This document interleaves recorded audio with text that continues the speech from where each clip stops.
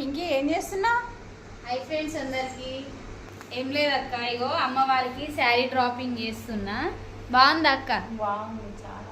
అది ఇంకా ఇన్కంప్లీట్ ఉంది, కంప్లీట్ కాలేయో. కాళ్ళు కూడా ఇట్లనే ఉన్నాయి, సెట్ చేయాలి. అమ్మవారి ఫేస్ కూడా ఇది కాదు, వేరే ఉంది.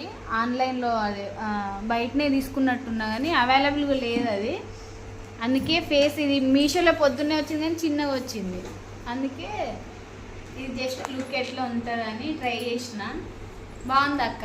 బాగుంది.